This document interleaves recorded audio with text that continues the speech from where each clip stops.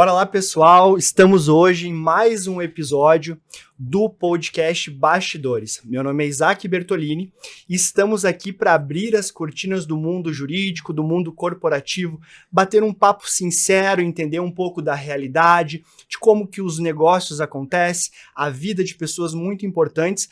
E hoje eu estou na mesa com meu colega, sócio do escritório Bertolini Bernardes Madeira e D'Ambros, o Rafael Bernardes. Estou também com uma pessoa muito importante na nossa trajetória, que é o Cláudio. Cláudio, muito obrigado por ter vindo. E como de costume, a gente sempre traz alguns livros, né, ou textos, para a gente discutir aqui e agregar mais valor ao nosso conteúdo. Claro que é sempre o entrevistado que traz as sugestões, e essas sugestões, obviamente, têm alguma conotação com a vida dele. Hoje a pauta do nosso programa é liderança em diferentes tempos, foco, decisões e transições na vida real. Os livros que o Cláudio escolheu foi o The Hard Things About the Hard Things, Do Less Than Obsess e a Carta aos Acionistas da Amazon, do Jeff Bezos. Bom, eu vou ler aqui o resumo, um pouquinho o resumê do Cláudio, porque é muito extenso.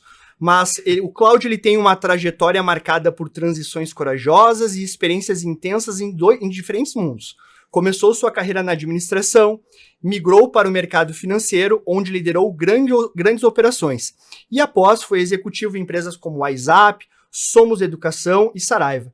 E se lançou também no empreendedorismo, onde liderou o crescimento de uma startup de educação digital do zero a centenas de colaboradores. Hoje, ele é CEO da BT Crédito, trazendo toda essa bagagem para o universo dos créditos com uma abordagem técnica, humana e estratégica. Ao longo da carreira, Cláudio viveu diferentes fases de liderança, da gestão de crise à escalada de crescimento, o que o torna uma fonte rica de aprendizado sobre foco, decisões difíceis, cultura e execução. Cláudio, muito obrigado por tu ter aceito esse convite. Tu pode te apresentar um pouquinho para a nossa audiência? Pô, em primeiro lugar, obrigado pelo convite, uma honra estar aqui, Isaac e Rafa, parceiros aí de trabalho, de jornada. Assim, acho que é excelente poder ter essa oportunidade de bater um papo sobre carreira, sobre vivência. Acho que vai ser mais um bate-papo mesmo. Assim, quem trabalha perto comigo sabe que eu não gosto de ficar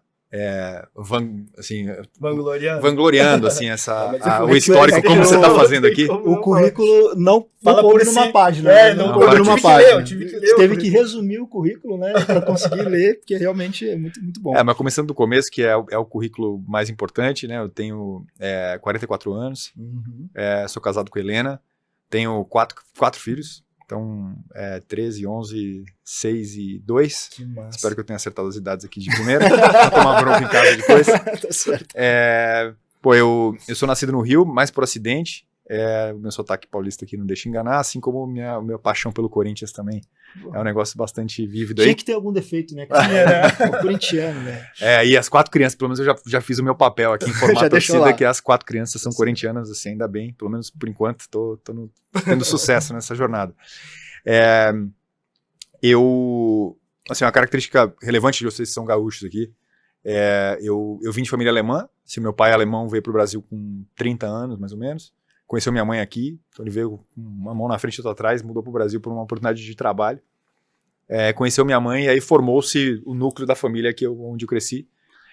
Então a gente ainda teve a oportunidade quando eu tinha 11 anos, mais ou menos, de morar na Alemanha durante um ano. Então meu pai voltou para a Alemanha transferido pelo trabalho e a gente voltou com a família inteira para ficar na Alemanha. Então assim, eu estudava num colégio que já tinha língua alemã como base e aí a gente mudou para lá. Fui para a escola normal, assim, com a família, presumindo que a gente não ia voltar. Passou um ano, a gente acabou voltando e eu continuei essa trajetória de estudo de alemão aí até me formar. Talvez o sonho do meu pai era usar a fluência no alemão e nas línguas aí que eu tive a oportunidade de aprender,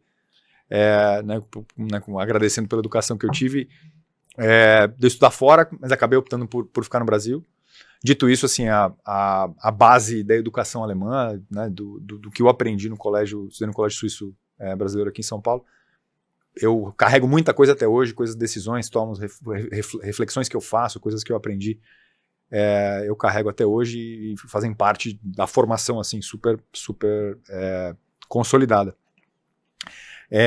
Tu tem experiência também no exterior, né? Sim, assim, experiência, Profissional.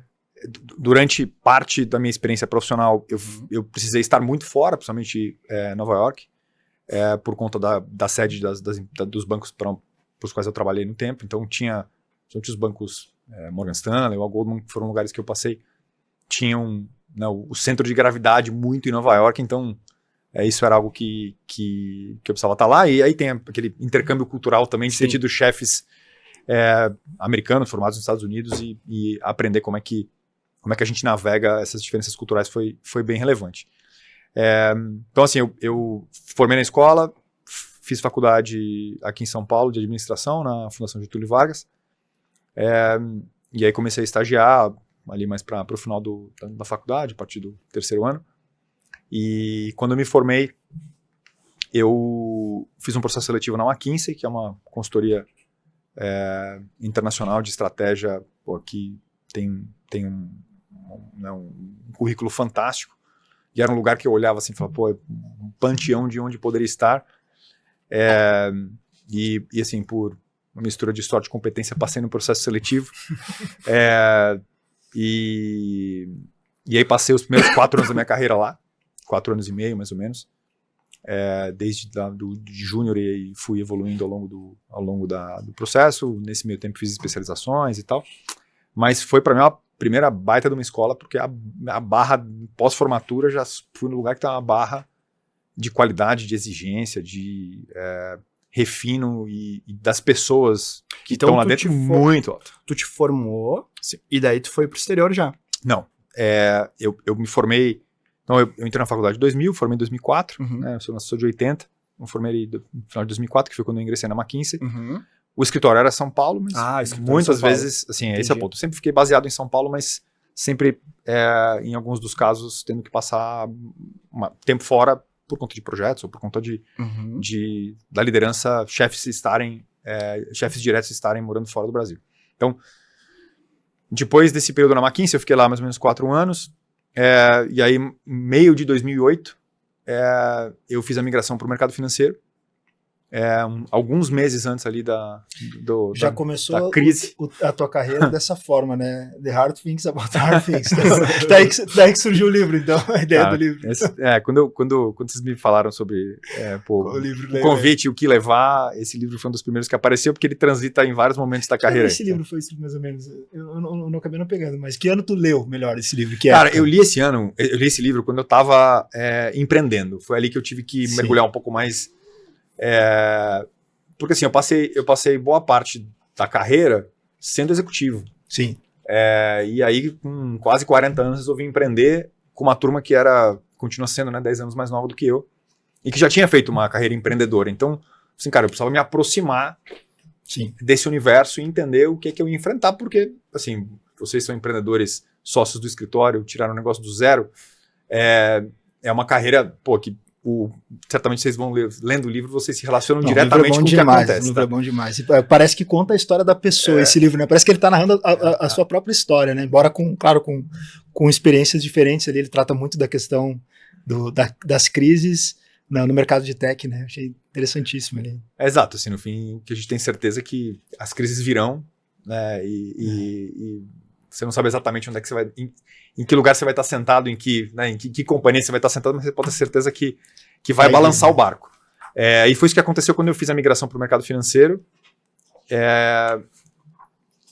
3, 4 meses depois que eu tinha aceito a proposta de trabalho, veio a crise de 2008, né, da imobiliária americana. Logo na minha vez, aquela história. Exato. E aí, assim, bancos quebraram. Eu lembro de estar indo para o escritório, ouvindo que a quebradeira estava se espalhando, e começaram vários rumores em todos os bancos, quem é que foi impactado, quem não foi, e várias ondas de demissões para redução de quadro, etc. Então, de novo, mistura de competência e sorte sempre aí.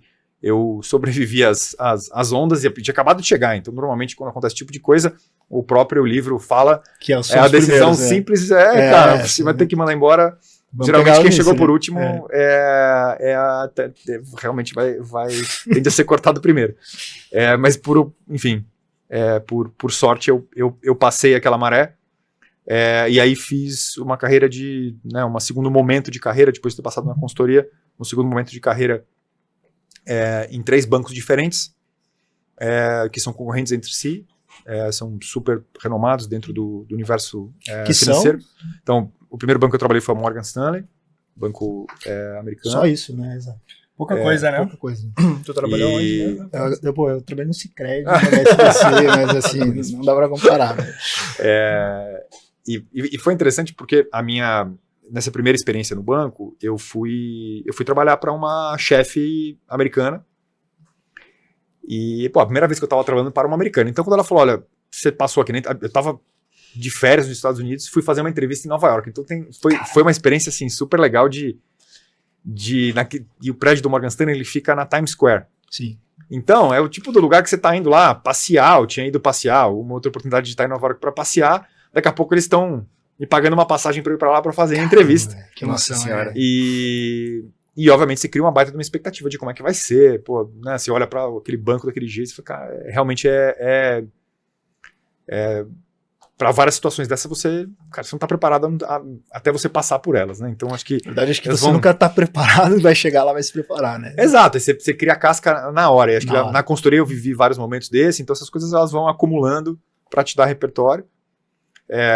E aí eu fui aprovado no processo, e daí ela falou, olha, beleza, agora eu preciso que você fique aqui no intercâmbio pelo menos uns 3 meses, passando mais tempo aqui em Nova York do que em São Paulo, para a gente poder se conhecer melhor, né? Você entender como é que funciona o trabalho. No final era ela, um outro analista e eu, e a gente fazia cobertura de ações de consumo e varejo para a América Latina. Então a gente escrevia relatórios, né? Aquele relatório tradicional do banco que recomenda a compra, venda, manutenção de ações listadas na bolsa. E foi isso que eu fiz ao longo desses 3 bancos, começando pelo Morgan Stanley. E, foi muito legal trabalhar primeiro com uma mulher que era uma referência. Naquela época, era uma das primeiras analistas a cobrir a América Latina, desde os idos de 90 e poucos, assim. Pegou várias empresas, os IPOs das empresas. E conhecia muito, mas ao mesmo tempo, né, tinha um jeito bem diferente do meu de trabalhar. Choque de cultura. Eu tava com essa mesma palavra na cabeça, esse choque de cultura. Como foi isso, assim, cara? Olha, eu acho que assim, tem uma parte que é o trabalho que precisa ser desenvolvido, né, o que fazer, tem pouco choque. Mas, eu sou um não nativo escrevendo em inglês. Ela é americana, então, assim, recebi inúmeros feedbacks de um jeito bem torto, assim, de, isso aqui você não pode escrever num relatório. Um relatório que eu escrevia para ela avaliar. Ela falou, cara, essa palavra você não pode usar. E realmente era por falta de conhecimento, ou... Não tinha nem o GPT para jogar, né? Nem tinha o GPT naquela época. Você precisava ganhar o palavreado específico. A linguagem é específica da forma de se comunicar. Então, leva um tempo até você pegar esse repertório. Então, esse foi uma parte relevante da adaptação. A interação era 100% em inglês, né, com os clientes. A maior parte deles também 100% em inglês. Então, assim, escrevia. Então, você passa... E ganhava em dólar? Infelizmente, bom, algum nível de comparação tinha, mas eu ganhava em real. Porque não dava pra ficar muito descolado. Né? Mas essa é uma coisa que acho que você trabalha a vida inteira numa língua, né? Você tem que se adaptar a se comunicar 100% transmitir na outra. Acontece por plasticidade no fim, né? Você absorve, mas leva um tempo. Então eu lembro desses feedbacks que eu levava bastante. Outro feedback que eu levava que era engraçado, era um clash cultural. Aqui no Brasil a gente tem né, a tradição de na hora do almoço a gente sai para almoçar, certo? E por vezes vai almoçar com o cliente, fica 1h30 no almoço e aí volta para a mesa e segue trabalhando. Nos Estados Unidos, cara, você chega lá muito cedo, né? Quando eu trabalhava lá do escritório, acordava às 5 horas da manhã, antes das 6 já estava no escritório, já lia todos os jornais, estava pronto para falar, porque eventualmente tinha saído alguma notícia de uma das empresas que estavam na cobertura que tinha um reflexo que precisava ser absorvido e analisado. Atravessava o almoço, assim, comia na mesa e terminava o dia mais cedo. Pelo menos ela terminava, né? Eu, analista ali, chegando, terminava a minha hora, sei lá, a hora que desce, né? Então era um ritmo meio maluco. Não tem essa questão do almoço? Não almoçava. E, cara, eu não... Enfim, eu não tinha feito faculdade de fora, lá nos Estados Unidos, então é uma coisa que você acha que na realidade não é assim, mas aí o que acontecia? Eu estava aqui no Brasil tava, sei lá, 1 hora, 2 horas pra trás dela, ela me ligava na hora do almoço, ela achava que eu tinha que estar na mesa. Eu falei, não, eu fui almoçar. Ué. E, cara, davam vários problemas, porque assim, ela queria que eu estivesse na mesa, ela queria que alguma coisa, assim, como é que você foi almoçar? Ela ficava, você não vai voltar agora? Então, ficavam... E era uma coisa que eu tive que me ajustar. Trabalhar, né? E, pô, eu era relativamente novo, então tinha a minha capacidade naquela época limitada lá de me ajustar e entender a realidade dela. Eu falei assim, cara, peraí, eu tô trabalhando pra ela, deixa eu me ajustar aqui. E com o tempo as coisas foram se ajustando. E depois dessa época no Morgan Stanley, aí eu transitei para outro banco, que chama Goldman Sachs, também baseado nos Estados Unidos, que daí, na minha visão, das experiências que eu tive nos bancos, foi talvez a mais interessante, porque é um banco que tem um nível de referência e de aspiração, vamos dizer, dentro do universo financeiro super alto, e com pessoas também, você está falando de barra, de qualidade do capital humano que está em qualquer um dos bancos, é sempre muito alto, assim como era na McKinsey, mas ali parece que quase que tinha uma aura no entorno, assim, sabe? E pô, foi um momento muito legal também, que eu acho que a barra de qualidade do que eu precisava fazer, pelo menos que eu me colocava, ficou mais alta ainda, porque aí eu saí com um colega meu do Morgan Stanley, juntos pra gente montar um time lá na Goldman. Ele era mais sênior do que eu, a gente tinha trabalhado juntos na McKinsey, a gente foi pro Morgan Stanley trabalhar em times diferentes, e a gente achou uma oportunidade de trabalhar juntos na Goldman. E aí foi super legal, porque eu tenho orgulho das coisas que a gente construiu até hoje, porque no final a gente tinha que fazer um negócio do nosso jeito, de ponta a ponta. Mas, cara, era assim, 16 horas por dia, todos os finais de semana, sem erro. E naquela época, tu imaginava traçar uma trajetória dentro desse mercado financeiro? Ou, por exemplo, tu sempre pensou, cara, eu acho que eu vou criar um background aqui e eu vou pro empreendedorismo, ou eu vou tentar intraempreender dentro da empresa que eu tô? Como é que era essa tua visão na época? Porque o americano tem isso, né? Tu consegue enxergar, às vezes, um caminho de oportunidades dentro das empresas mesmo, né? Sem precisar sair, por exemplo, e abrir o teu próprio negócio e tudo mais, né? Que seria a questão do intraempreendedorismo, né? Perfeito. Eu acho que é uma ótima pergunta. Eu não me formei com o chip do empreendedor, assim, instalado de largada. Por mais que meu pai empreendeu uma parte relevante da carreira dele, então eu tinha um exemplo dentro de casa, mas eu me movia por olhar para esses lugares e falar assim, pô, cara, isso aqui deve ser a massa, deve ser a barra, deve ser muito difícil, deve ser alto, etc. Então eu me movia pelo desafio de conseguir entender se eu ia dar conta daquilo. Então, na chegada da McKinsey, eu lembro que tem uma passagem que eu já contei outras vezes. Quando eu tinha acabado de entrar lá, né, no primeiro emprego, chegava na segunda-feira, eu estava bem, aí ia passando a semana, chegava no final da semana, tem uma alergia no rosto, assim, aí aparecendo em mim. Cara, aí passava o final de semana, a alergia melhorava, aí chegava na segunda, daqui a pouco era uma placa vermelha assim no rosto. Aí eu falei, cara, o que tá acontecendo, né? Fui no dermatologista, ele falou, olha, eu vou te dar aqui uma pomada pra você passar no rosto, que ela vai mudar a característica da sua pele e vai parar de aparecer, mas com estresse você vai ter que aprender a lidar. Então, assim... Te deu uma maquiagem. Exato, a maquiagem estava ali, mas o estresse desses lugares todos, na sequência, ele sempre existiu. Então, eu precisei me colocar à prova e sob pressão muitas vezes nesses lugares, e eu aprendi que, cara, isso, infelizmente, era o que eu gostava de fazer, assim, porque consumia um nível de energia alto, consumia um tempo, uma dedicação muito alta, mas, por outro lado, a minha sensação era de que eu estava ampliando o horizonte do que eu era capaz de fazer e aprendendo muito ao longo desse caminho, mas ainda sem conseguir vislumbrar de que eu ia usar isso como uma mola propulsora, vamos dizer assim, para eu poder ser um bom empreendedor no futuro. O empreendedorismo aconteceu, cara, muito mais para frente e não necessariamente estava planejado que fosse dessa forma, tá? Sobre o intraempreendedorismo, eu acho que isso dentro de qualquer organização, o espaço existe de você ocupar espaços, cara. Eu acho que isso é um negócio que vale para qualquer empresa, vale para a BT hoje, inclusive está no nosso deck de cultura, que a gente espera que as pessoas ocupem espaços. Né? Os espaços nas empresas sempre se abrem. Não é todo mundo que ocupa, certo? Ocupa porque, vai ter que sair fora da zona de conforto, porque vai ter que se colocar numa situação que não está preparado, vai dar mais trabalho, vai consumir mais tempo, eu vou ter que continuar fazendo minhas coisas, mas fazer isso aqui também. Cara, isso para mim é a essência do intraempreendedorismo e não à toa eu acho que isso não tem que estar exclusivamente sentado no papel do empreendedor, é de todo mundo da companhia, e lá na BT a gente tem um valor que chama Somos Empreendedores e que descreve um pouco o que a gente destilou lá no dia a dia, que a gente descreve como empreendedorismo, intraempreendedorismo, sabe? Nossa. Eu até ia perguntar qual foi a tua primeira experiência como CEO, em qual das empresas dessas que tu trabalhou, que tu passou por várias, né? Então, ó, deixa eu seguir aí a linha histórica, eu já chego nisso, porque ela foi de alguma forma meio acaso, tá? E aí tudo foi até os 17 anos. Aí aos 18. Aí aos 18 anos. Não, peraí. Caramba.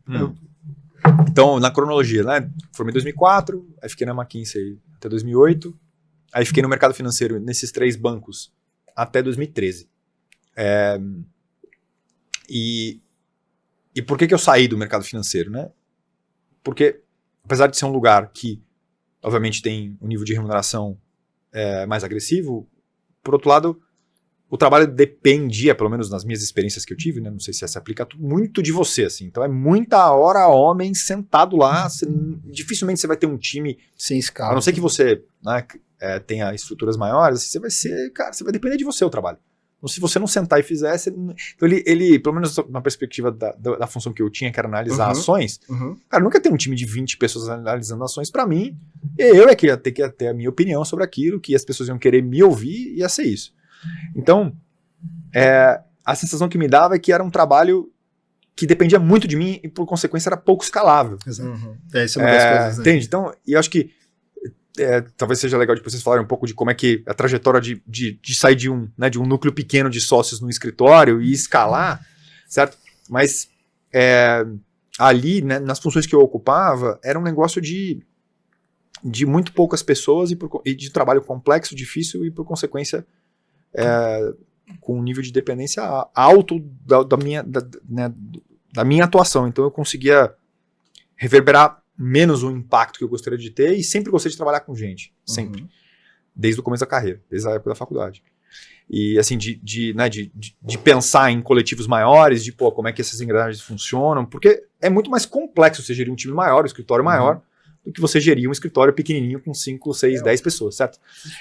Então, aí eu tive de novo, contei com a sorte de que um antigo estagiário meu, que depois vai cruzar de novo na história aí, mas um antigo estagiário meu, tá trabalhando num fundo que tinha adquirido a participação minoritária na Chili Beans na época, e eles podiam indicar um CFO, um diretor financeiro para a companhia, e eu estava querendo sair do banco, a gente se conversava bastante, falou, a gente tem uma vaga aberta que você não quer vir fazer o processo? Aí, o santo bateu, e eu fui. Mas, cara, eu cheguei lá, no papel de executivo, né, executivo sênior da companhia. Assim, eu nunca tinha liderado mais do que 2 pessoas. Nunca tinha trabalhado na posição de CFO, diretor financeiro. Então, assim, ali, do mesmo jeito que eu me senti meio que bastante despreparado no dia que eu entrei na McKinsey, despreparado quando eu entrei no primeiro banco, no nível de conhecimento que eu tinha, ali o nível de despreparo que eu senti foi maior ainda, assim. Falei, cara, como é que eu vou justificar o meu salário nos 3 primeiros meses? Assim, cara, os caras estão me pagando para eu fazer o quê exatamente? E óbvio que a gente pode voltar nisso, mas foi essa primeira experiência de liderança, né? Porque você já sai trajetória normal, a pessoa entra na empresa, ela tem uma boa trajetória como contribuinte individual, ela demonstra interesse em ser uma liderança, ela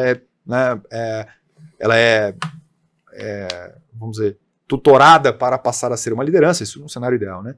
Ela consegue passar a liderar de uma forma informal, alguém, e daqui a pouco ela recebe a oportunidade de virar líder, e aí passa um tempo longo dela ser líder de uma pessoa para ser líder de mais pessoas, para ser líder de líderes, que é outra coisa, certo? São skills diferentes. Pelo menos muitas coisas são complementares, mas tem que subir um nível de novo. Eu saí de ser um contribuinte individual para um líder de líderes da noite para o dia, sem me preparar da forma com que eu subestimando o tamanho do desafio que seria. Então, assim, o nível de dificuldade que eu enfrentei, de primeiras vezes que eu tive que fazer as coisas, de estar pouco preparado, foi enorme. Mas, de novo, esse é o tipo de coisa que sempre me deu muito mais gás do que medo. No final, medo dá, mas vai com medo mesmo e vamos embora, sabe? Aí dessa experiência na Chili Beans, eu transitei para o universo de educação, fiquei 2 anos e pouco na Chili Beans, aí fui para o universo de educação, que também, olhando para trás, assim, pô, trabalhar com educação foi um negócio que eu gostei muito, continuo tendo uma aspiração de poder trabalhar com educação o resto da vida, mas não tinha planejado em fazer isso, então foi uma oportunidade que se abriu na minha carreira e eu fui. E foi engraçado que quando eu estava entrevistando com um camarada lá nas fases finais, ele virou para mim e falou assim, cara, mas e aí? Você vem fazer o quê? Como é que... Porque estavam montando um time executivo mais generalista, assim, para fazer várias coisas. Eu falei, cara, qualquer coisa que não seja CFO eu vou fazer, porque eu já entendi que eu não quero ser diretor financeiro como a minha carreira. Assim, não quero ser diretor financeiro, ser CFO de uma empresa grande. Mas tu viu que tinha liderança ali, que era uma coisa que tu... Exato, mas aí eu falei, cara, eu vou fazer qualquer coisa que não seja CFO. Pode botar onde vocês quiserem. E de novo, você vai tocar marketing, vai tocar time de vendas, que eu não tinha absoluta nenhuma experiência, mais uma vez, certo? Aí eu... Nesses meandros, eu vou chegar nesse ponto que você me perguntou, cheguei, uma das empresas investidas desse grupo de educação era a WhatsApp, que na época ainda pertencia a Somos Educação. A WhatsApp tinha sido comprada pela Abril Educação, a Abril Educação foi renomeada de Abril para Somos depois que ela trocou de controle, mas ela fazia parte do grupo e eu fui para lá. E eu entrei lá como, sei lá, diretor de operações, alguma coisa assim, e fiquei alguns meses e eles tinham um CEO atuante. E esse CEO atuante saiu da companhia por circunstâncias específicas. E aí lembro que eu estava um dia sentado, jantando com 2 sócios da empresa, mais sêniores, e falaram assim, ó, beleza, a gente quer que você assuma como CEO. Eu tinha acabado de separar, tinha 2 filhos pequenos. Não estava preparado para isso. Eu falei, cara, se sentia preparado. Falei, ó, bicho, desde que eu consiga ter a autonomia para poder garantir que eu vou dedicar tempo para os meus filhos nesse momento, cara, eu topo, não vai ser fácil, veio muito antes do que eu imaginava na minha carreira, isso eu devia ter, foi 2016, eu tinha 36 anos, por aí, foi muito antes do que eu imaginava, mas foi, e aí beleza, eu cheguei lá no dia seguinte, falei, galera, vambora, e aí, assim, dava aquele frio na barriga de, bora assim, lá, cara, sem enrolar. como é que eu vou fazer isso aqui? Então, mas foi relativamente curto esse período, porque logo depois a WhatsApp foi adquirida de volta pelo Flávio Augusto, no final de, se não me engano, no final de 2015 para 2016. Uhum. Posso estar enganado um ano ou outro aqui, mas nessa fase. E aí eu voltei para dentro do grupo da holding, para assumir a liderança de uma unidade de negócio que tinha sido adquirida recentemente. A Somos, naquela época, comprou da Saraiva, da família Saraiva, que era, então, um grupo editorial e um varejista. A Somos comprou só a parcela editorial, para a família poder ficar com o negócio do varejo. E quando veio o editorial para Somos, ele tinha um editorial de ensino básico, livros didáticos, da Saraiva, que é super forte, e veio com o ensino superior junto. E não tinha ninguém, naquele momento de transição ali, de saída de para assumir a área de ensino superior, e eu fui. Tu saiu do mercado financeiro para educação, para óculos, Chili Beans, que, cara, também é um negócio super interessante, porque um case demais, super legal, e assim, com um nível de complexidade operacional, com estoque, com venda, com moda, com exposição ao câmbio, porque todos os óculos são importados, então assim, é uma gestão, com muito franqueado, então a gestão financeira do negócio, era super interessante de fazer porque tinha um nível de complexidade alto. Aí, para o WhatsApp, educação, para depois ficar dentro do universo de educação, mas fazer um negócio muito diferente, porque ensino de inglês via franqueados, Então talvez seja até por isso que eu fui parar na WhatsApp, porque eu tinha trabalhado na TeamBeans com rede de franqueados. Sim. Eu falei assim, pô, o único cara que entende alguma coisa de franquia é você aqui, então senta lá para olhar o WhatsApp, dentro dessa holding. E aí depois fui para a editora Saraiva. E aí foi bem interessante, porque essa foi o primeiro momento que o direito, de alguma forma, cruzou a minha carreira Pois de um jeito relevante, é sabe? muito louco, né? Porque agora tu tá numa área do direito que também envolve o mercado financeiro, né? Mas que tem uma linguagem jurídica muito forte ali, né? Pois é, e olha que engraçado. Nessa época também, eu conheci a Helena, que é a minha esposa. Sim, essa história eu ouvi no dia lá que a gente tava no BT Talks. Muito Pois é. interessante. E, cara, eu lembro que a primeira coisa material que eu dei pra ela de presente foi um Vademecum que tinha acabado de sair da editora no Cara, ano. ela deve ter se apaixonado de Eu demais, né, velho? eu assinei, ela guarda lá no gabinete dela. E A tua esposa é juíza federal. Justiça Federal, sim. E ela... E assim, aí, dali pra frente, o direito, ele seguiu fazendo parte, mas é engraçado que eu sou outsider nesse mundo, porque eu não sou formado em direito. Mas, pô, convivi daí durante a época da Saraiva com muitos autores de direito, né? A Saraiva é extremamente renomada dentro desse universo. Enfim, tem autores que amigo até hoje, converso bastante, etc. Mas fui aprender de um mundo que era, cara, um mundo de livro. Assim, no final, o negócio da editora é livro. Físico, em loja, entende? Que era uma... Assim, não tem um fio da meada sob a perspectiva de especialização, entende? Eu até ouvi isso outro dia de um outro CEO que eu admiro muito, da Jus Brasil. Viraram para ele perguntar, ele estava contando um pouco da carreira dele, ele falou, não, mas ele é formado em Direito. Mas ele falou, a última coisa que eu faço é advogar. Ele falou, eu sou um especialista em ser generalista. E é um pouco dessa forma que eu me enxergo, sabe? Legal, porque daí tu consegue também transitar em várias áreas e mantendo a liderança, mantendo a experiência, né? E a bagagem vai crescendo, né? Porque, nossa. Eu fico me questionando, sabe, Cláudio, e pensando vários momentos de transição da tua carreira, né? Tu falou que não me sentia preparado para isso, né? E eu acho que a grande pergunta assim é quem se sente preparado para um grande desafio, né? Porque assim, talvez a própria essência do desafio ela tem um quê de tu não te sentir preparado, mas de fato tu pode estar preparado para aquilo, né? Mas como que eu vou estar de fato, porque seria ilógico eu pensar, olha, eu vou estar preparado para todas as situações que se apresentam. Então assim, qual que tu acha que é o limite entre eu estar fazendo uma loucura e algo que eu realmente estou me desafiando, mas eu tenho um background que vai me respaldar, né?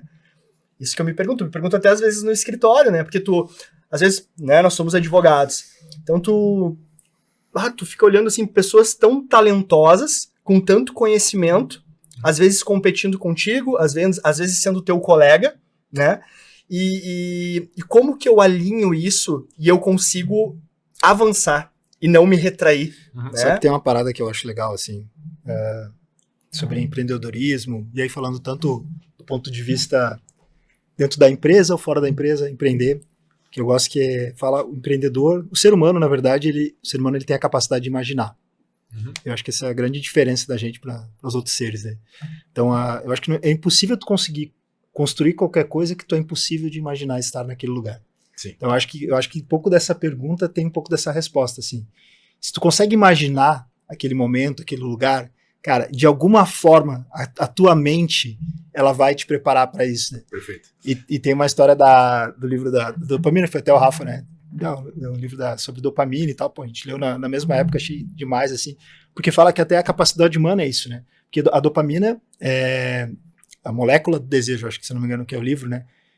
Ela faz com que o teu cérebro ele vai se preparando para aquele futuro, então tu vai criando cenários, tu vai construindo um cenário de onde tu vai estar. Então no momento que eu acho que tu assim, cara, você é CEO de uma empresa, se tu te coloca na capacidade de imaginar aquilo ali, a tua mente ela vai começar a desenhar caminhos, criar modelos para te conseguir que aquele modelo ele sirva. Então tu chega no lugar, tu não sabe qual modelo vai seguir. Tu não tem, a gente sabe disso. A gente começou a advogar, saiu do nada, saímos do modelo de negócio para um outro modelo de negócio, a gente está transformando de novo o nosso modelo de negócio. Mas de alguma certa forma, acho que essa capacidade de imaginar aquilo ali faz a diferença de também, né? Porque daí tu imagina, carta do Bezos ali. Porque tu vai te imaginar. Aí tu tem a capacidade de imaginar. Por que não é uma loucura? Cara, porque de uma certa forma a tua mente vai conseguir te colocar ali, né? Eu acho que um pouco disso. Acho que ótimas reflexões.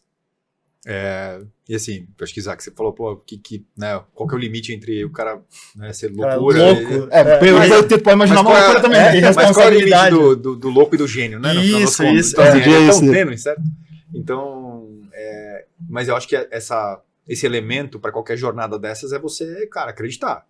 E ter uma visão de que vai dar certo. Eu acho que isso está muito enraizado na cabeça do empreendedor, né?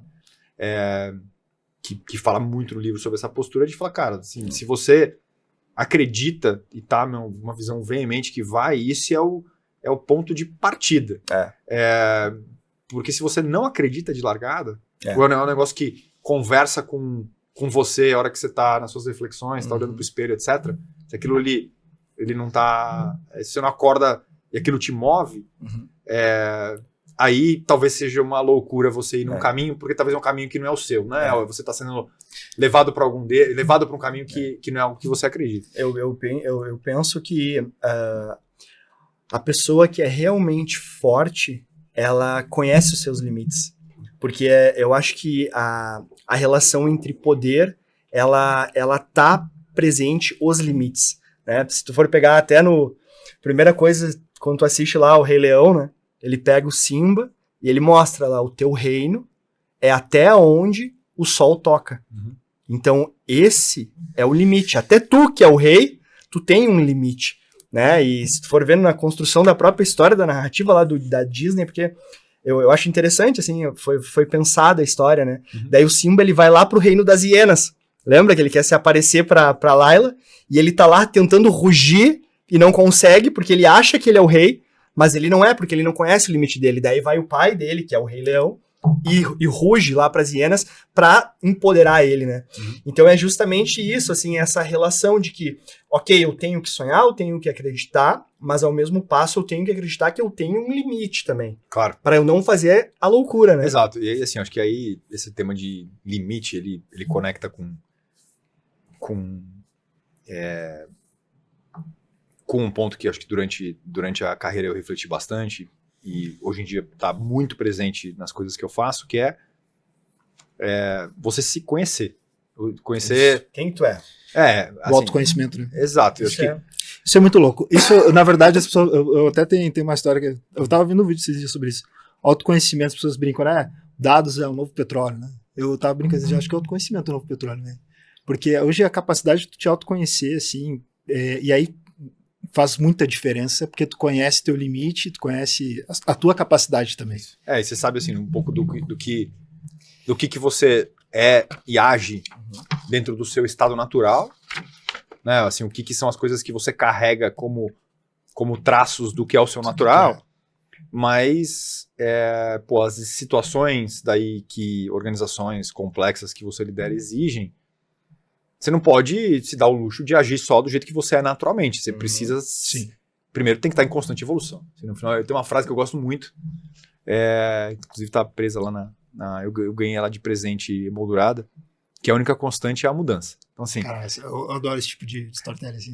Eu tenho uma que também a gente fala sobre isso, né? É ter o progresso como estilo de vida, né? É isso. É isso. É uma outra forma de falar a mesma coisa, mas eu acho que legal, assim, entender que você tem os seus alicerces e a forma como você faz mais natural, sei lá, eu sempre fui mais introvertido, por exemplo, mas, as situações que eu me encontro hoje, eu não posso me dar o luxo de ser introvertido. Claro. Então eu tive que me empurrar o meu limite e as minhas competências que eu não tinha, naturais, com disciplina e assim por diante, para você ir ocupando. Óbvio que tem o limite do que você consegue fazer para se descaracterizar, que aí acho que também entra um pouco no limite da loucura, né? Dito isso, quando vocês me perguntaram de um capítulo, a primeira coisa que me veio à cabeça foi um capítulo desse livro, porque é um negócio que é uma reflexão que eu faço, e aí eu queria até ouvir vocês também, que o capítulo ele fala sobre CEOs de tempo de guerra e CEOs de tempo de paz.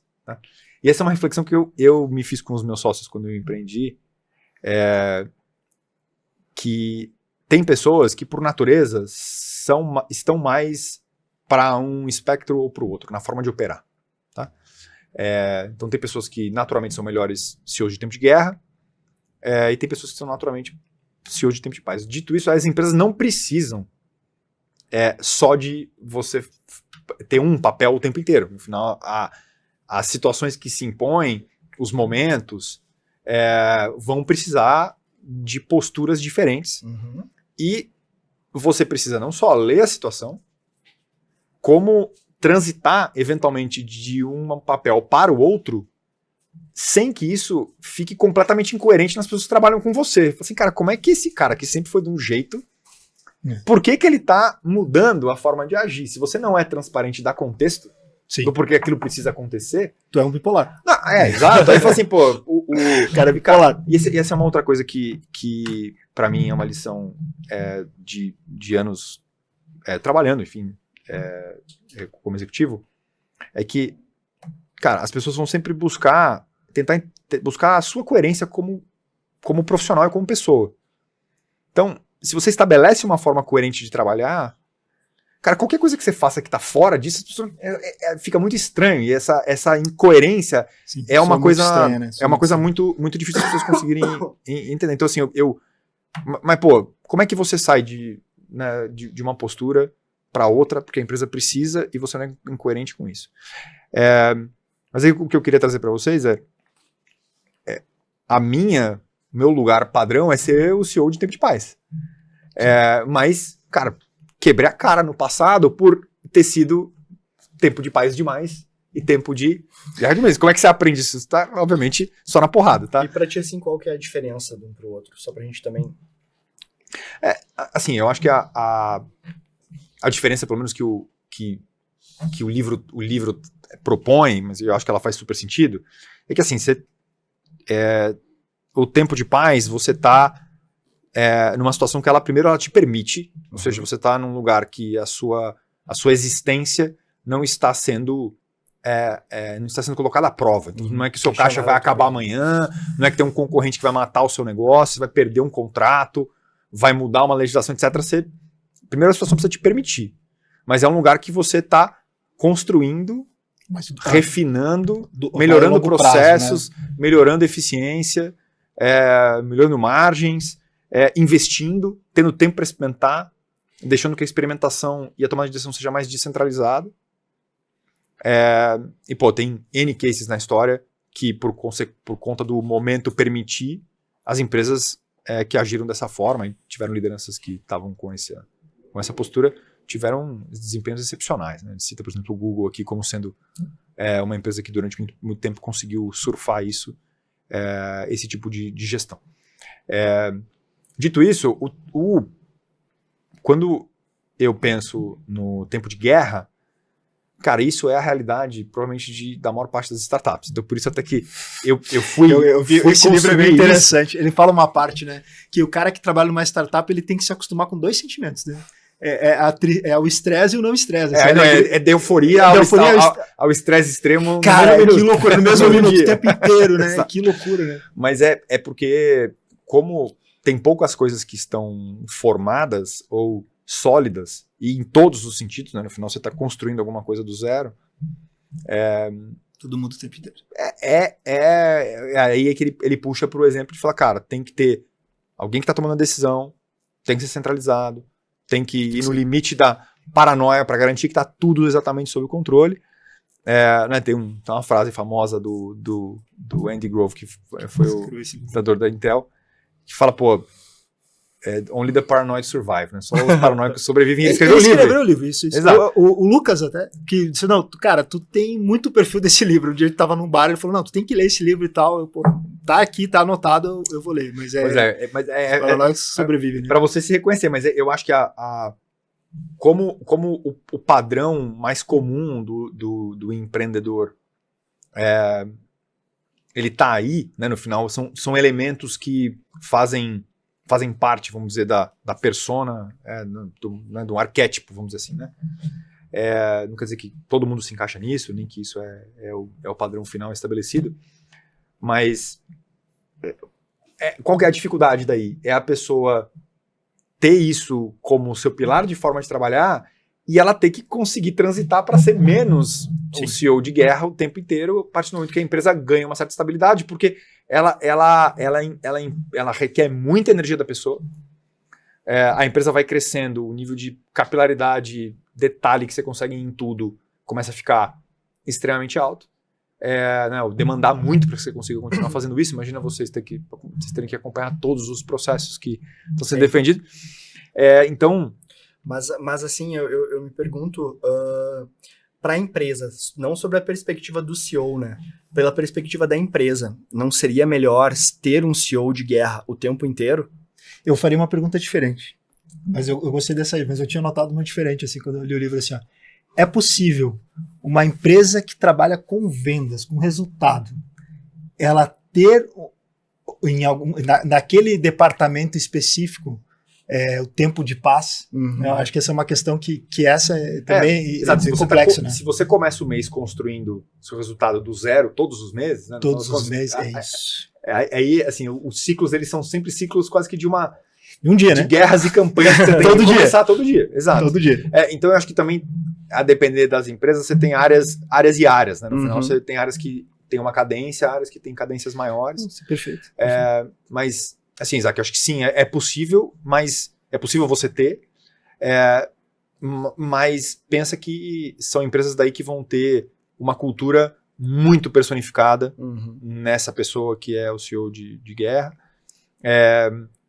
E óbvio que mesmo dentro desse perfil de guerra, você pode ter os dois extremos, né? Sim. Então, eu acho que ela demanda um nível de energia da organização como um todo para você se colocar. Imagina, né, acho que a analogia de um país que está em guerra, ele está, ou né, você está no meio de uma batalha, cara, ela exige um nível de atenção e intensidade muito alto. Cara, e eu conheço empresas que estão há 20 anos ou mais exatamente nesse ritmo, sabe?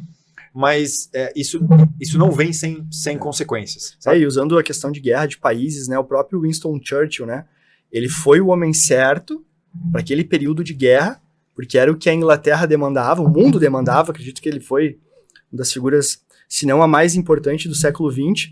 Só que quando a guerra acabou, os caras já não aguentavam mais ele. Tanto é que ele não se elegeu, não continuou, né, como primeiro-ministro e tal. Imagina que para ele servia a dificuldade de transição. Como é que o Churchill ia conseguir ser um líder de paz, no momento de paz?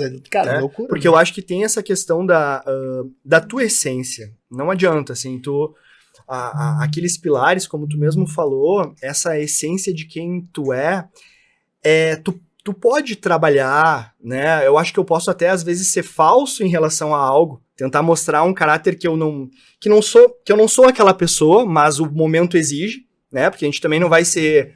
Eu acredito que a gente não vai ser inocente o tempo inteiro, né? Porque, às vezes, a própria construção da verdade bateu na porta lá, o nazista bateu na tua porta da tua casa. Tem algum judeu aí escondido? Você é sincerão, né? Não tem. Todo mundo morreu, né? Tem um texto só que tem sobre isso, né? Que fala justamente isso. É do Clóvis de Barros. Tô parafraseando ele, assim. Em relação a isso, então, determinados momentos necessita também tu vestir uma carapuça e tu ser aquela pessoa que é necessária para aquela situação, né? Só que porque é fácil falar também na abstração, né?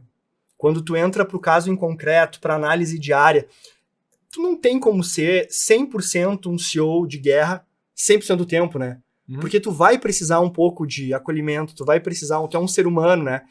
Então eu acho que também buscar esse equilíbrio no mundo corporativo sem perder qual que é o objetivo, o propósito da empresa e o teu propósito pessoal também. Sim, né? Porque os CEOs, eles circulam. Né? Então, eu sou CEO hoje dessa empresa, amanhã eu vou ser de outra, ou posso também trabalhar toda a minha carreira dentro de uma, né? Então é justamente essa construção que ela é complexa de se fazer, né, na realidade. Assim. Assim, o que eu notei, acho que pelo menos, isso, por mais que sejam arquétipos que tentam simplificar coisas que são super complexas, exato. Né? Mas exato, acho que não dá para simplificar. Mas qual que é a vantagem de olhar para esses extremos? Assim, é você tentar encontrar em que lugar você está e entender, cara, que tem elementos do outro lado que você vai precisar usar. Perfeito. Certo?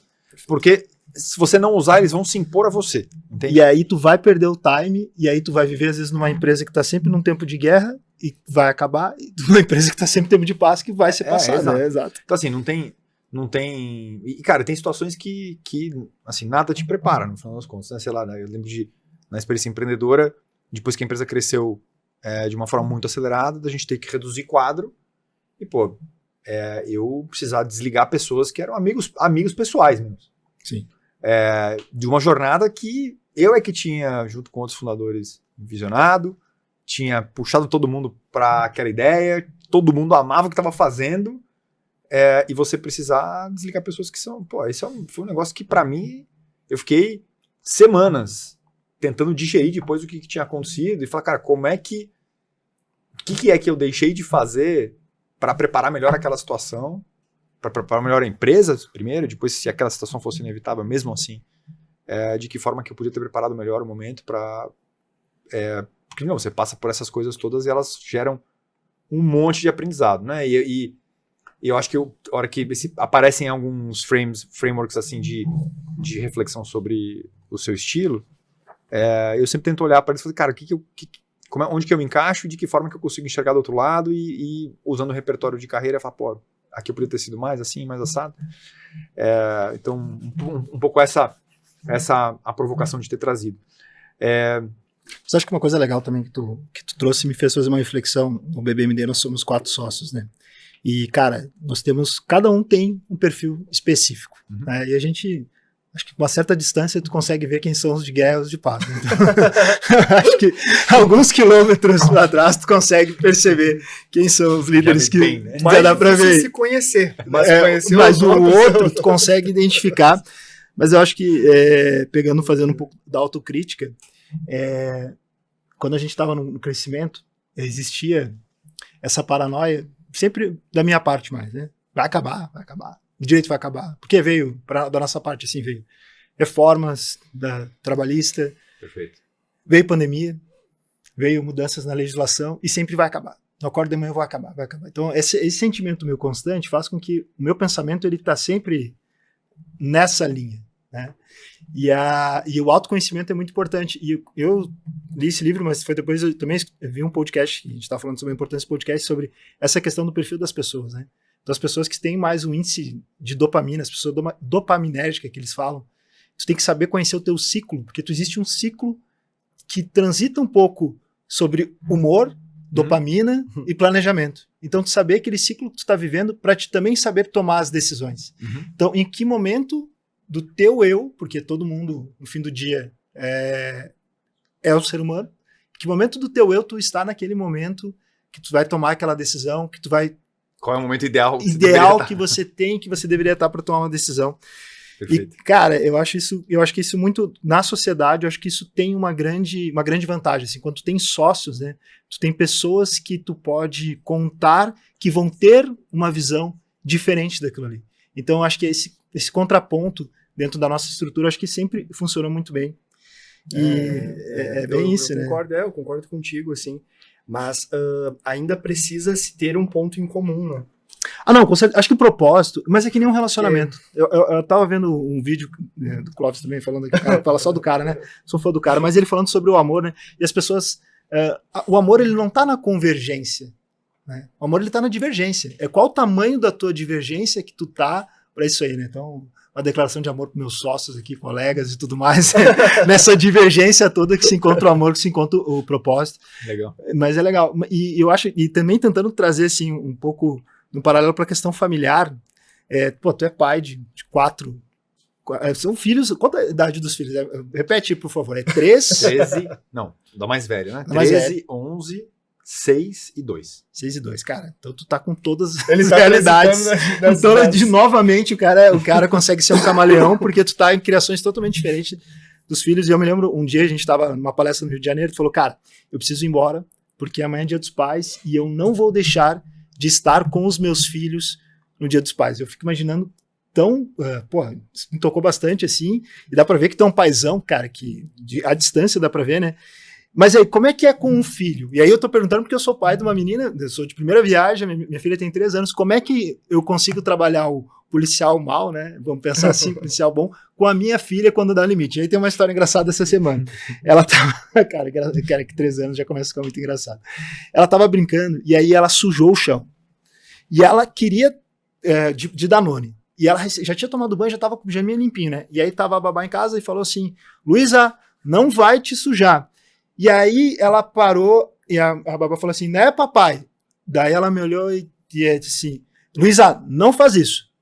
Ela me olhou e disse assim, tu tá brigando ou tu tá conversando?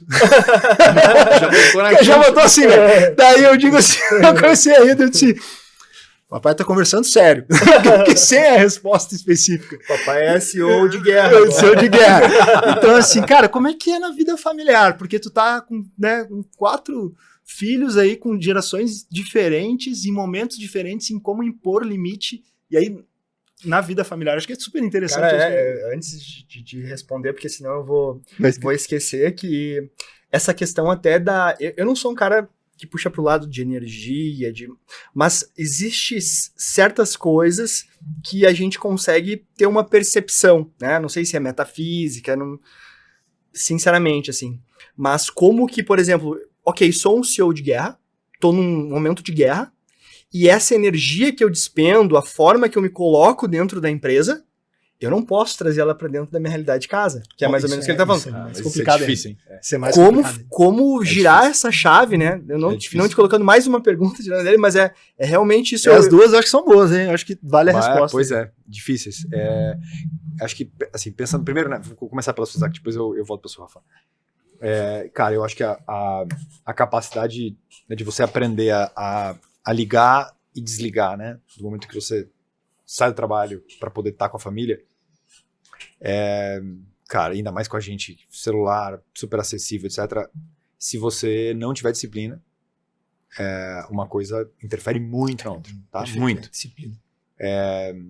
E disciplina é simplesmente falar não e falar, pô, eu não vou fazer, eu vou travar minha agenda daqui pra frente. E aí saber que tem horas que você conseguir fazer 80% das vezes isso, já, porra, é um baita benefício, né? Então,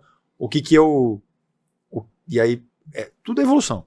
Afinal, o que eu aprendi? Pô, pra eu poder estar desestressado com a cabeça tranquila, cara, eu preciso ter uma carga de esporte feita. Beleza, como é que eu vou encaixar sendo executivo, 4 crianças, como é que eu vou? Pô, beleza, eu durmo menos, acordo muito cedo, faço esporte, pra garantir que meu dia tá bem setado. E aí, bicho, pode ser pode ter e vai ter, né? Tem uns dias que você começa ele achando que tá tranquilo, depois estoura uma bomba lá, tem N coisas que acontecem. Mas como é que você daí chega em casa, desliga, senta pra fazer lição com as crianças, ou né, tá pronto pra ser sensível com alguma situação que requer sensibilidade naquele momento, mas, cara, você tá lá no comando e controle, vamos ter que fazer responsabilidade, não sei o quê, como é que você desliga isso? Então, é um negócio que eu tenho que trabalhar direto, assim, tenho sorte de ter uma esposa que é mega atenta com isso, então ela me ajuda pra caramba, assim, ela é um bom contrapeso, assim, sabe, porque ela percebe quando as coisas estão falando, peraí, você vai correr um pouquinho, e daqui a pouco a gente volta, mas eu acho que é difícil, acho que em momentos de muita intensidade, que eu vivi, por exemplo, nos momentos a gente estava montando uma empresa, crescendo de forma super intensa, né, a Tribe, que é a empresa que eu fundei com sócios em 2019, meio da pandemia, as crianças em casa, a empresa crescendo, lá, contratando 90 pessoas por trimestre. Nossa. Cara, um monte de coisa para acontecer, assim, como é que você consegue, como é que era possível separar o espaço de trabalho do espaço familiar ali? Foi muito difícil, cara, muito mesmo. Muito mesmo. Eu acho que tu falou uma coisa que até vou anotar aqui, que é disciplina, porque não é uma coisa que essa guerra não tá ganhando todo dia, né? Acho que essa aí é todo dia, essa disciplina todo dia, ter que chegar em casa e assim, uma coisa que foi uma reflexão que minha esposa fez comigo, porque ela é uma muleta como pai, né? Transitando um pouco por esse ponto, que você, daí, como é que a gente faz com as crianças? Assim, mas eu tô passando um tempo de qualidade com os meus filhos. Isso. Então, eu separei aquele tempo, no sábado de manhã, eu vou passar tempo de qualidade. Ela vira pra mim, e eu lembro essa frase, ela falou, quantidade é qualidade. Acho que quantidade é qualidade, cara. Não adianta você achar que você vai separar um tempo e vai ser aquele tempo de máxima qualidade, cara, porque, cara, a quantidade e a recorrência hábito, conta muito mais, muito mais. Então, o que eu procuro, sempre que possível, é participar da vida deles de uma forma ativa, entendendo que. E eu tô aprendendo também, né? Porque tem a mais velha e tem as outras que passaram pelas fases, mas cada um tem a sua personalidade, o seu jeito de reagir. O mais legal, assim, porque tu não é o mesmo Cláudio, né? O que a gente tá falando, tudo muda o tempo inteiro, a pessoa, o ser humano muda o tempo inteiro, a gente tá em constante mudança. Então, o Cláudio, que agora tá com um filho de 2 anos, não é o mesmo Cláudio da segundo filho, do terceiro filho. Então, principalmente em termos de carreira, porque a gente considerar que a tua trajetória em 15 anos, tudo mudou muito, né? Sim, eu acho que isso é uma vantagem, né? De você... Isso é verdade. Te traz mais calma e maturidade mesmo para lidar com as situações, né? E ao mesmo tempo te traz muito mais consciência de que para mim a muleta quando, né, a minha filha era pequena, de que eu tinha que estar sei lá quantas horas no banco e que eu tava me usando a muleta do tempinho de qualidade aqui. Cara, ela é fácil, né? Ela é fácil. Ela é fácil. E pô, eu hoje, assim, não abro mão disso. Óbvio que nem sempre é possível, mas eu também não deixo...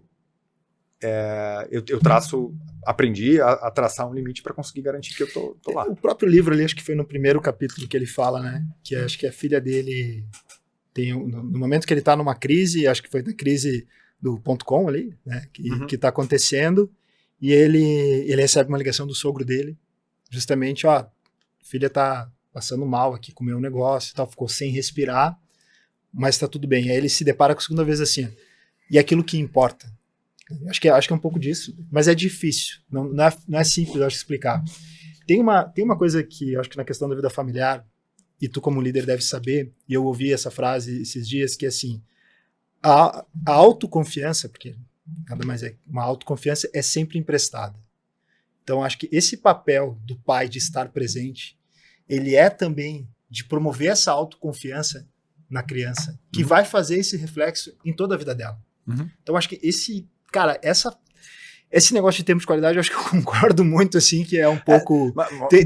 cada um tem a sua realidade, eu acho que esse é o ponto. É isso, e acho que assim, no final, né, você trabalha pra caramba e tal, assim, as pessoas, o que eu tento passar é que o tempo que eu não estou lá, é porque o trabalho tem uma parcela relevante da construção de tudo aquilo que a gente tem à nossa disposição. Então, eu brinco com eles, eu sou... pego no pé da parte de educação. Eu falo assim, olha, a profissão de vocês é estudante. Então, assim, do jeito que eu pego as minhas coisas aqui de manhã cedo, acordo cedo para resolver, etc. Assim, principalmente para os mais velhos que entendem isso, né? Quem tá começando ali na jornada escolar ainda, é muito mais lúdico, mas, cara, se eu tô fazendo... Faz o teu também. Faz o teu. São esses combinados. E aí, precisa de ajuda? Tá bom, então vamos separar tempo, eu vou te ajudar. Mas entenda que você precisa aprender sozinho. Então, assim, tem algumas coisas, algumas das ferramentas que você tem que dar. E, cara, se for me perguntar isso esses dias, qual que é. Quando você fecha o olho, cara, qual que é o sonho que você quer ter? Você fala, o que você gostaria de garantir que acontece? Assim, cara, eu quero conseguir dar a oportunidade dos meus filhos serem quem eles quiserem depois que eles passarem pela jornada de educação. Porque essa jornada... Assim, é difícil, cara. Essa jornada de educação é a formação da cultura, na verdade, né? Porque eu acredito que a cultura, ela é um mapa de como viver. Né? A gente vive hoje, por exemplo, numa sociedade que a gente está numa crise cultural, justamente isso. Porque eu não sei mais nem quem eu sou, né? Não sei mais quais são os meus valores, não tenho uma educação, não tenho uma base. Então, um pai, uma mãe fala pra ti, olha, tu tem que ser feliz. E hoje, né, eu tenho 36 anos e eu me pergunto ainda o que é a felicidade, né? Uma pergunta metafísica, né? Quais são os princípios? E eu acredito que é um dever dos pais fazer essa base, justamente essa base cultural, por meio da educação, dos teus princípios. Porque também analiso que a gente tem uma construção de legado, né, que ela pode se dar no ambiente corporativo, pelas tuas conquistas profissionais, mas existe um outro caráter do legado, que é a tua família, né? E eu acho que ali, às vezes a gente pensa, a gente é muito imediatista, a nossa sociedade, né? Não digo nós aqui, talvez sejamos ou não, né? Mas a gente tem essa necessidade do agora. Mas às vezes a construção de um legado, ela é um passinho de cada vez na subida de um degrau, né? Então, assim, eu vejo a possibilidade que meu pai me trouxe por meio do conhecimento, de eu estar aqui conversando contigo, tá aqui em São Paulo, né? A gente tá num podcast, a gente tá... construímos um escritório, né? Tem 140 pessoas trabalhando, e foi um primeiro passo que ele deu na construção da vida dele. E eu acredito que o meu filho, ele vai ser... eu vou dar as possibilidades que eu puder entregar para que ele dê um passinho a mais nesse crescimento, nessa construção de legado. Porque se a gente abdicar dessa outra parte da vida, eu acho que a gente não se torna um ser completo, né? E daí tu acaba caindo na própria frustração do existir, né? Tipo, o que eu construí realmente, né? E acho que tem nesse sentido, o ensinar o valor de você investir tempo em algo que ainda é intangível, muito intangível. Porque, né, nessa reflexão sobre uma sociedade imediatista que quer os reflexos, as coisas, amanhã e etc., né, e as crianças são expostas a facilidade, etc. Então é como você cria um ciclo em que a criança abre mão de alguma coisa no presente para poder ter alguma coisa no futuro. Essa é das coisas mais relevantes que existem. Eu acho que na educação como um todo hoje em dia, porque para nós, por exemplo, assim, a gente pegar, cara, para me comunicar com alguém que não estava do meu lado, né? No primeiro momento, tu tem uma carta que tu vai ter que enviar e essa pessoa vai receber. No segundo momento, tu tem um telefone fixo que tu espera que a pessoa esteja lá para te atender em determinados horários.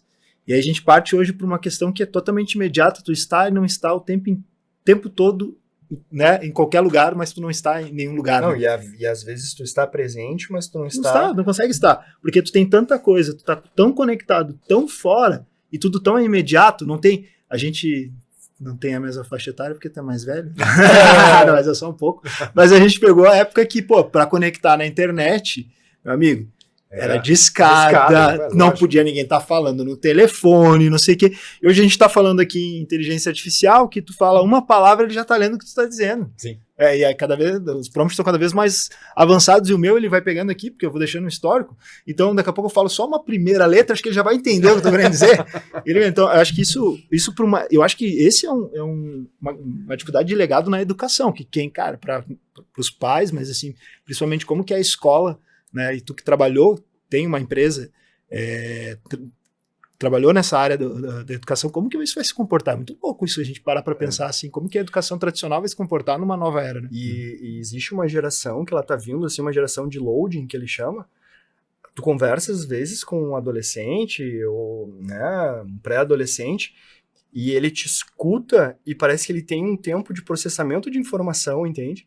Porque se cria às vezes uma desconexão com o humano, porque é fácil eu conversar contigo por uma tela, mas a quantidade de informação que eu recebo ao vivo é totalmente diferente, né? Perfeito. Eu vejo o jeito que tu me olha, a forma que tu coloca a voz, o jeito que tu te mexe, tá me passando informações que eu construo esse conhecimento ao longo da minha infância. Mas se a minha infância ela é pautada atrás de uma tela, sem interação, né?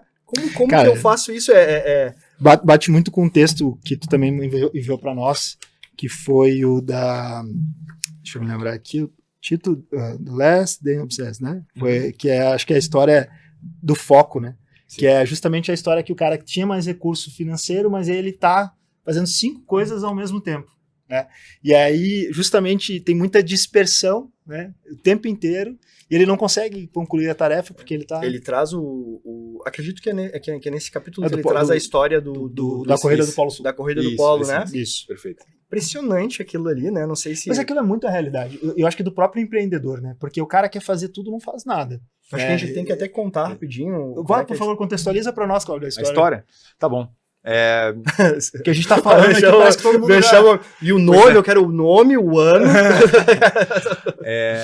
Mas é você que mandou o texto. Não, é terça-feira em inglês, só pra deixar registrado aqui. Foi em inglês, mas podia ser em alemão, eu descobri hoje. Ele falou assim, não.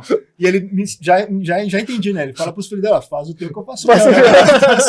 Eu enviei o texto agora. Não, mas Mas é que assim, essa história era uma história curtinha, que era um capítulo de um livro que fala sobre jornadas de sucesso, o que leva pessoas a terem muito sucesso. E a história, ela narra a odisseia, vamos dizer assim, para conquistar o Polo Sul por duas equipes, uma equipe britânica, comandada pelo Robert Scott, que era, enfim, da Marinha Britânica, super condecorado. Cheio de recursos. Cheio de recursos, e por consequência, a Marinha Britânica tinha oferecido para ele quase que recursos ilimitados. E aí tinha uma segunda equipe, liderada pelo Amundsen, que era um explorador norueguês, e ele tinha muito menos recursos. E recursos no sentido de o time britânico tinha 3 vezes mais pessoas, tinha o dobro de orçamento, se fez valer de 5 meios de transporte diferentes para navegarem completamente sem comunicação, sem mapas, sem nada, para conseguir encontrar o Polo Sul numa expedição, certo? E de uma forma contra-intuitiva, para quem lê pela primeira vez... Exatamente. Né? E aí dando spoiler aqui, mas a história lá é meio famosa. O time do Amundsen, que tinha muito menos recursos, chegou mais de 40 dias antes do time britânico, e o time britânico não conseguiu voltar com vida. Não voltou, né? Ficaram a 18 quilômetros quilômetros do posto de comida. E aí, as reflexões desse texto, para mim, elas são muito relevantes, porque elas conversam com o dia a dia das empresas e de startups, enfim, de qualquer coisa que a gente está investindo recursos, que é o poder que tem focar em poucas coisas e a dificuldade que é você focar em poucas coisas, ao mesmo tempo em que, no momento em que você foca nessas poucas coisas, você fica obsessivo para garantir que elas estão saindo do melhor lugar do mundo. E aí o exemplo que o Case traz é o seguinte, que na escolha de quais eram os meios de transporte que iam ser usados, o time britânico escolheu 5 meios diferentes e aí teve que lidar com a complexidade de gerir 5 meios de transporte diferentes entre aquilo que estava disponível na época, enquanto que o time norueguês escolheu só cachorros. Mas ao escolher só cachorros, o Amundsen ficou obcecado em descobrir qual era a melhor raça de cachorros que melhor se adaptava àquele tipo de terreno e situação. Foi e conseguiu convencer o melhor adestrador de cachorros, foi morar com o povo, se preparou, né? no Alasca, para entender exatamente de que forma que eles lidavam com os cachorros. Então, assim, não basta você escolher poucas coisas, né? Você tem que pegar aquilo lá. Você tem que pegar e sair do outro lado, com um nível de profundidade alto. E muitas vezes a diferença tá em a gente subestimar a complexidade que é resolver um negócio, o nível de profundidade que a gente precisa ir, e aí isso vai um pouco no rumo da obstinação, assim, sabe, do empreendedor, e cara, fazer pouca coisa, mas daí a hora que você escolher, nós vamos executar de ponta a ponta na perfeição. Então, e aí tem que ter disciplina, intensidade, e garantir a execução daquilo, sabe? Eu me pergunto, assim, daí fazendo um cotejo lá com o que a gente falou no início, né? Até anotei aqui. Será que o que tinha mais recursos, ele não se achava preparado, de fato? Pode ser. E ele viveu essa ilusão do preparo? Boa, muito bom. Tu entende? Muito bom. Sim. E o cara que não... Ele sabia que ele tinha menos recursos, ele tinha uma ideia... Talvez ele tinha aquela dúvida de estar preparado, porque tu olha a tua concorrência, né? Ele foi traído, caralho, os caras traído pela confiança, mais ou menos isso. Então esse que é o brilho da vida, assim, que é bonito, né? Que tu não consegue... Não existe respostas exatas sobre tudo, né? Perfeito. Isso é que Isaac, eu acho que aqui outra coisa que eu gosto de fazer o paralelo é o impacto da escassez. Isso que tem.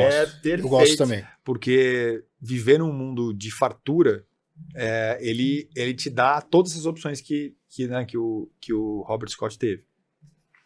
Enquanto que a escassez, ela te força a garantir que você sai do outro lado, porque você não tem um plano B. Você não tem outra opção, você não tem dinheiro. Então, isso a gente viu muito quando eu estava vivendo a jornada empreendedora, né, na Tribe. E a gente mesmo se pegou no ponto de falar assim, cara, se você tem muito recurso, você se vê na necessidade de alocar aquele recurso. Uhum. Então, de construir times grandes, de trazer coisas que eventualmente você nem precisava, abrir várias frentes. Tu cria problemas que tu não tinha. Exato.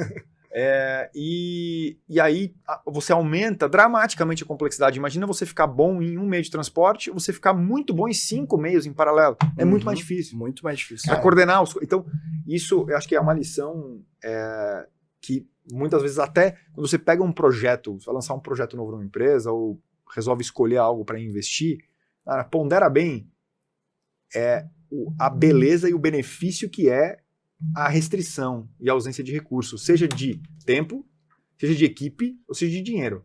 Isso. Certo? Porque muitas vezes você pode estar numa situação que você tem recurso, Sim. mas ao limitar o tempo, falar, cara, tem que sair do outro lado neste momento, cara, isso já gera É aquela brincadeira até que a gente fez ali antes, ali da questão do empreendedor com caixa infinito, né? É perigoso, né? Empreendedor perigoso. tem um caixa. Qualquer coisa com caixa infinito. Então, eu fico... infelizmente, a gente tem que caminhar pro final, porque a gente já estourou nosso horário e o pessoal já tá nos mandando embora, que o Beto, ele fica louco, começa a me fazer sinal. Eu vou te deixar, mas eu preciso falar só. Eu preciso fazer uma pergunta pra ele aqui também. Porque eu vou ser bem sucinto assim, mas esse mesmo questionamento que a gente traz para esse mundo corporativo, pelas decisões, eu acho que a gente também pode se questionar em relação a lá o outro assunto que a gente estava falando sobre a questão da felicidade, né? Um excesso de opções, ele me deixa totalmente à mercê do mundo e eu não consigo ser feliz se eu não tiver esse foco num objetivo em específico.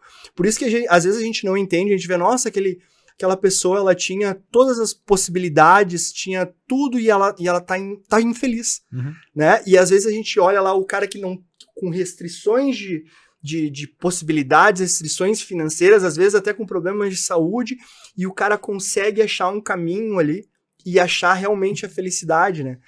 Então, assim, é como que eu, numa sociedade de abundância, consigo achar um propósito de vida, né? E mais ainda, e dedicar a energia necessária para fazer realmente as escolhas importantes que eu tenho na vida, né? Porque isso que vai ser o resultado de uma vida plena, eu acredito, né? Cara, me lembrou muito Em Busca do Sentido, né? Viktor Frankl. Ele fala sobre isso. Esse livro é muito maravilhoso, que ele escreve num campo de concentração. Ele tá preso.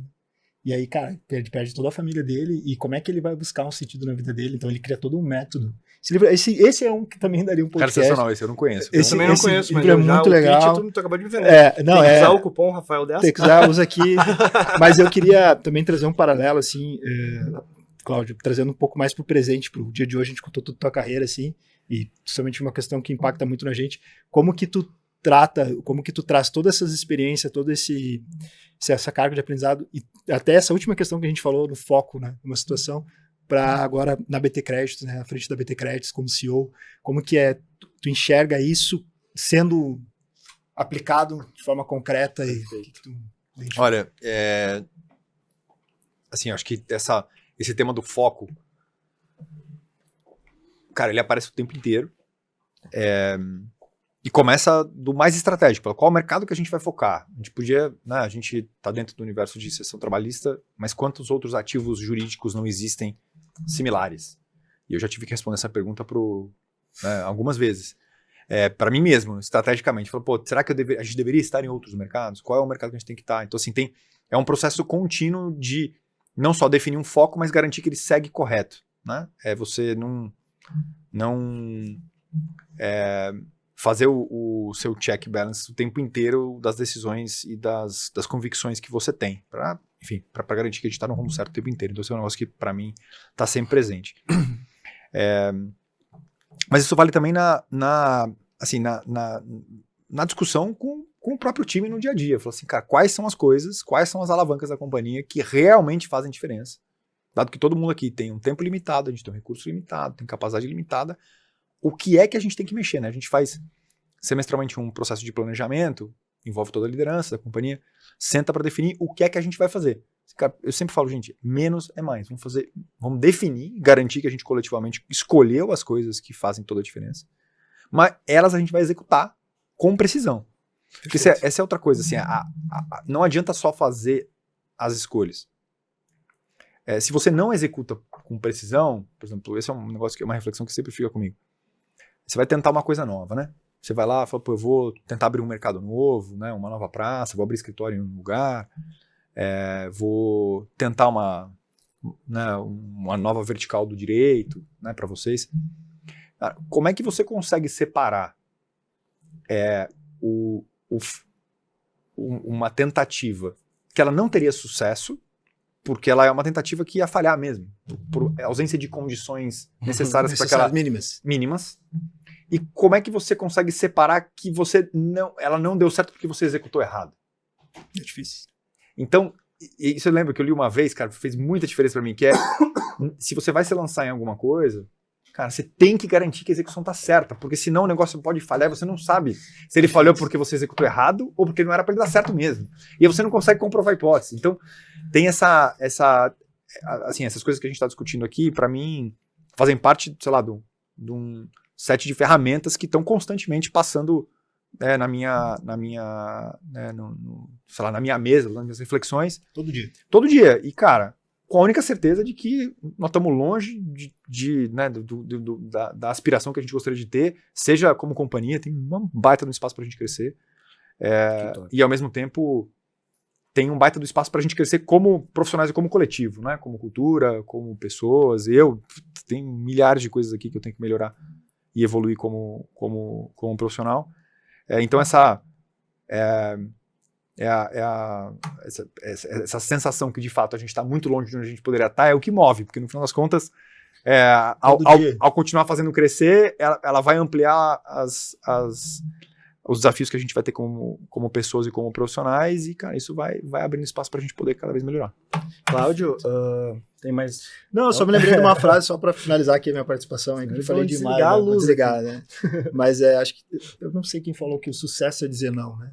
Acho que é um pouco disso, assim, não lembro qual do pessoal, mas acho que é bem isso aí, acho que focado numa coisa só, a gente fazer com excelência isso, né? Eu acho que a gente também, como BBMD, sempre se propôs dessa forma, né? A gente é um advogado, um escritório de advocacia especializado em determinado nicho. Perfeito. A gente é nichado em vários aspectos, a gente não vai se arriscar. E essa questão de testar algum modelo de negócio, a gente já sofreu, já quebrou a cara, já voltou, um rabo entre as pernas, disse, não é isso aí. Mas eu acho que essa é uma questão assim, será que lá na execução estava perfeito? Eu acho que isso aí tu traz um bom paralelo aí, inclusive pra gente refletir. E o time que tá executando ter consciência disso. Porque as pessoas, elas, acho que muitas vezes ignoram. Você tem que ter o conhecimento. E aí a hora que você faz o pós-mortem, o negócio fala assim, caraca, mas peraí, o negócio não deu certo, a gente investiu um monte, mas é porque a gente executou com menos eficiência, menos detalhe, menos obsessão naquele ponto, né, focou um pouco, cara, mas faz de forma obcecada. Porque uma coisa que eu sempre falei muito da empresa, o Rafa daqui a pouco vocês vão conversar com ele, umas frases que eu uso com o time, quando eu vejo acontecer, assim, galera, não vamos fazer voo de galinha. Cara, porque voo de galinha dá um trabalho imenso. E, bicho, a gente não sai do lugar. Então, assim, você tá olhando o negócio, tá com cara de voo de galinha, bicho, volta. O que a gente tá executando errado? Será que a gente devia estar fazendo isso? Porque consome tempo, consome energia de todo mundo pra algo que a gente vai executar mal. É melhor não fazer, então. É verdade. Entende? Ou propõe pra fazer e vamos sair do outro lado, vamos fazer direito. Não vamos acertar sempre, sabe? Mas pelo menos tem que largar com essa intenção e com essa consciência, sabe? Cláudio, muito obrigado por tu estar vindo aqui, né, no podcast, ter agregado. A gente foi lisonjeado com a tua presença. A conversa foi realmente muito enriquecedora. Eu acredito que a gente teve uma troca sincera. E não te tomando mais o teu tempo, mas te perguntando, tu teria alguma frase para deixar pra gente, ou uma lição específica que tu pudesse fazer esse fechamento de tudo que foi conversado? Cara, eu acho que eu vou... Eu falei ela aqui já, mas eu gosto demais da frase que a única constante é a mudança. Obviamente que nem tudo na vida né, a gente precisa de estabilidade, mas assim, nas nossas relações, na nossa família e tal, mas a forma como ela me provoca é que eu vou conectar com outra daí que eu pensei agora, que eu ouvi esses dias, que é, pô, se você não se envergonha de quem você era 2 anos atrás, é porque você não tá evoluindo o suficiente. Que massa. Essa aí E ela é um soco na cara. Então, Eu também. deixa eu falar uma coisa. E assim, e o envergonhar é no bom sentido, porque assim, tem tantas coisas que eu fiz na carreira que eu olho e falo assim, caraca, que cagada que eu fiz, cara. E não é uma vergonha, eu falo assim, pô, se eu soubesse, se eu tivesse feito A, B ou C, eu não teria pego esse caminho, entendeu? E eu acho que é nesse sentido, de você olhar pra trás e ter a certeza que 2 anos atrás, as decisões que você, se você estivesse no mesmo lugar tomando a mesma decisão, você estaria fazendo de uma forma diferente, teria tratado as pessoas de uma forma diferente, Nossa, teria percebido um detalhe que você não viu naquele momento, teria tido uma percepção, né, um olhar mais cuidadoso. Então, pra mim é isso, assim, quando eu olho pra trás da carreira, cara, eu tenho uma coleção de momentos que eu falo assim, meu Deus do céu, desde que isso continue acontecendo, porque acho que essa é a mudança, essa é a constância da mudança que eu recomendo, assim, sabe? E, pô, mas legal demais, eu agradeço vocês pelo tempo, pelo convite. Bate-papo entre amigos, que é sempre melhor, né? Com certeza. E, pô, fico à disposição se vocês precisarem, tá bom? Muito obrigado novamente, Cláudio. E esse foi mais um episódio do podcast Bastidores. Segue a gente nas redes sociais, @BBMD Advogados. Um grande abraço e até a próxima.